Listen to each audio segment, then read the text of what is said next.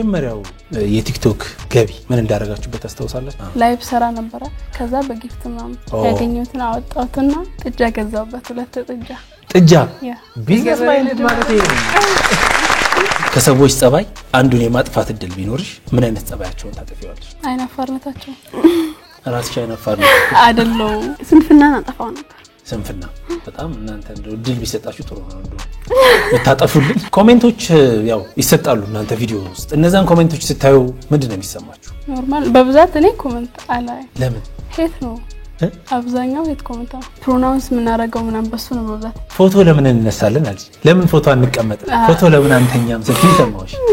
ቪዲዮ ደግሞ ያየው ነበር ብዙ ወጣቶች ፍቅር ያዘን ይያሉ ነው ከናን እና ያለ ሜንሽን ምናምን ደረጋለ እሺ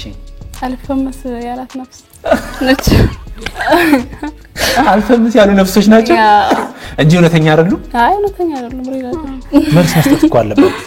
አለግዲው እንደዚህ አይነት እንትስ መግባት አንፈልግም ጥያቄ አንቀበል ቴንኪው ጥያቄ አትቀበል ይቅርብ